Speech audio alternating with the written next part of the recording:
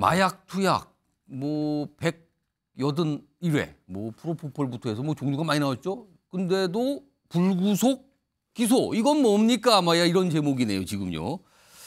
일단 화면 좀 보겠습니다. 화면 좀. 여기 보면 이게 이 UIC 사실 이 마약 투약 혐의 때문에 그냥 엄청나게 뭐 파장파문을 일으켰잖아요. 근데 구속영장 2번 기각됐고요. 오늘 불구속 기소가 됐대요. 결국에는.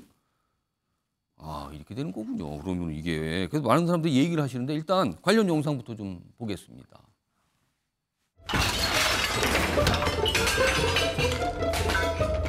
죄송합니다.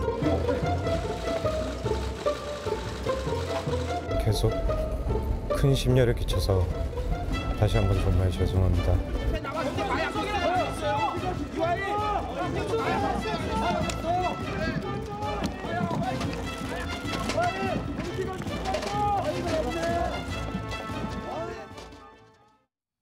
자, 현무택 변호사. 네.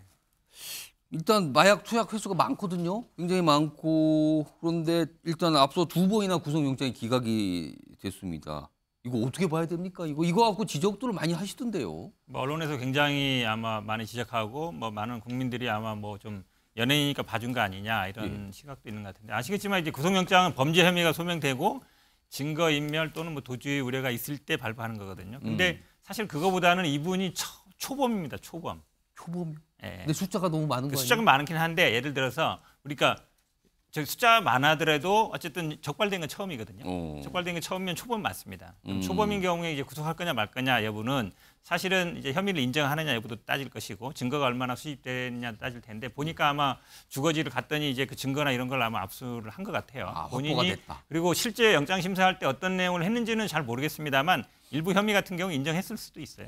그러면 굳이 뭐 구속해야 되느냐? 그다음에 이게 어찌 보면 이제 수사기관과 기본적으로 뭐 변호사 같은 저 같은 사람들이 좀 다른 입장인데 기본적으로는 이제 수사기관에서는 구속을 시켜야만이 뭔가 처벌을 한 것 같고 이런 느낌인데 기본적으로는 이제 불구속 원칙입니다. 불구속 원칙이기 때문에 그렇게 아마 법원 입장에서도 뭐 초범이고 그다음에 뭐 증거도 어느 정도 확보됐는데 구속할 필요가 있느냐 이렇게 본 것 같습니다.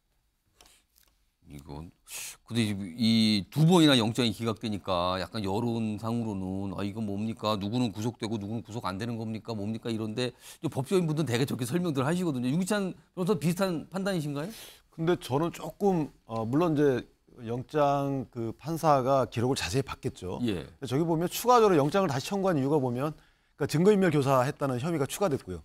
그다음에 이제 그 투약을 적용했다는 겁니다. 물론 그 투약하는 대마이기 때문에 필로폰하고 달라요.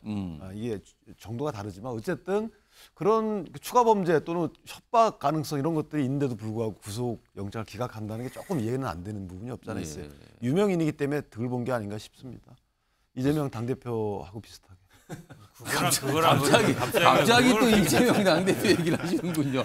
오늘 두 분 심상치 않은데요. 그 전에 보면은 우리 김기식 교수님이 저하고 방송하면 할 때마다 뭔만 얘기하면 이재명 얘기하더니. 근데 여기 이번에 일로 넘겨가셨네요. 제가 보기에 이렇게 약간 옮겨가지 않았어요. 오늘 아무튼 갑자기 나왔어요. 아무튼 알겠습니다. 이런 가운데요. 사실 마약 관련하면은 이분 얘기도 많이 하세요. 이제 남경필 전 의원의 아들 얘기 많잖아요. 이게 뭐 구속도 됐다, 뭐 처벌도 받고 있다, 뭐 이렇게 나오는데 일단 관련 영상이 좀 있습니다. 들어보시죠. 처음에는 본인이 자수를 했어요. 처음엔 자수를 2번 했거든요. 네. 2번 했는데 자수를 하는 건 이런 거죠. 저 혼자 못해요. 저 좀 끊게 도와주세요. 저를 가둬주세요. 근데 안 가둬줘서 자수를 했는데 그 구속이 안 되더라고요. 네네. 구속이 안 되더라는 거예요. 그래서 뭐 여러 가지 우여곡절해서 구속영장이 기각되니까 직접 본인이 아버지지만 좀 구속시켜 달라고 요청을 했다는 거 아닙니까? 김근식 교수님. 구속이 그러니까 마약을 단절할 수 있는 효과도 있는 거네요. 그러면 본인이 정말 마약이라는 게 이게 중독성이잖아요. 중독성이 있어서 자기도 몰래 또 하게 되는데 하고 나면 또 후회한 거겠죠. 그러면 내 스스로의 의지론을 끊을 수 없으니 나를 인신을 구속해서 구치소에 구속 수감을 하면 마약을 하고 싶은 생각과 유혹이 있어도 할 수 없는 거 아니겠습니까? 지금 남경필 전 의원의 아들은 본인이 신고해서 했는데 그게 안 됐대요. 기각이 됐다는 거예요. 그래서 또 아버지가 결국 신고해서 이제 결국 아버지 신고로 구속이 됐는데요. 지금도 이제 뭐 이제 다시 나오면은 이제 이 마약이 이제 치유 과정을 좀 하고 그렇다고 예. 한다면 좀 마약에 대해서 빠져나온 것에 대해서 국민적인 어떤 운동도 하고 싶다는 말을 하던데 예. 아픈 가족사를 밝힌 거거든요. 그렇습니다. 저는 저런 것을 본다면 아까 나왔던 유아인 씨 같은 경우도 저는 판사님이 예. 모르겠습니다. 뭐 증거인멸 우려가 없고 도주 우려가 없고 뭐 범죄 혐의가 대충 소명되고 시인했으니까 풀어준다고 하지만 마약을 계속 하겠다는 유혹에 빠져 있는 사람을 구한다는 의미에서 본다면 일정 정도 인신을 구속하는 것도 마약을 끊는 걸 도움을 주기 위해서는 있다, 그렇죠. 그게 분명히. 왜냐하면 그 구속을 시켜놔야 밖에 있을 때보다는 마약을 할 수 있는 기회가 훨씬 적지 않습니까? 강제로 끊게 되는 거죠. 그렇죠. 그래서 그런 내용에 보면 남경필 지사의 지금 아들에 관한 이야기를 보면 그런 많은 비교점을 좀 보게 되네요. 아무튼 우리나라가 언제부터 이렇게 마약이 많이 퍼졌는지 모르겠습니다. 뭐 들리는 얘기하면 뭐 심각하다 지금 이거 자칫 잘못하면 걷잡을 수 없다 이런 얘기까지 있거든요. 신경민 전 의원님 이거 어쩌다 우리나라 이렇게 된 겁니까? 이게 지금 우리가 옛날에는 마약 청정국이라는 거 굉장히 자랑을 했어요. 예. 이거 가지고 국제적인 리포트에도 자랑을 했어요. 근데 이게 어느 순간에 안 되게 좀 자랑할 상황은 아닌 것 같아요. 이게 지금 이럴 상황이 아닙니다. 그러니까 지금 현재 마약이 일단 종류가 많아졌고 예. 싸졌고 유통이 굉장히 쉬워졌고 하는 여러 가지 것이 최근에 급속하게 진전이 되면서 우리가 단속이 약간 느슨했던 틈을 이용해서 마약 유통망이 한국을 이용을 하게 된 것들도 그러면서 이제 흘러 들어오고 거쳐가는 겁니까 우리나라를? 거쳐가면서 우리나라에 또 많이 유통이 되기도 하고 이러면서 사태가 더 나빠졌는데요.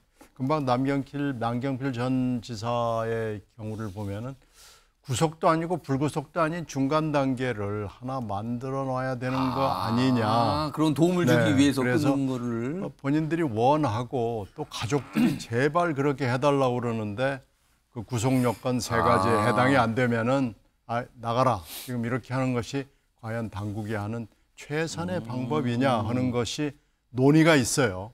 근데 이러려면은 이제 여러 가지 법을 또 손봐야 되고 시설도 또 손을 봐야 되고 이러기 때문에 그게 지금 빨리 진행은 안 되는데요.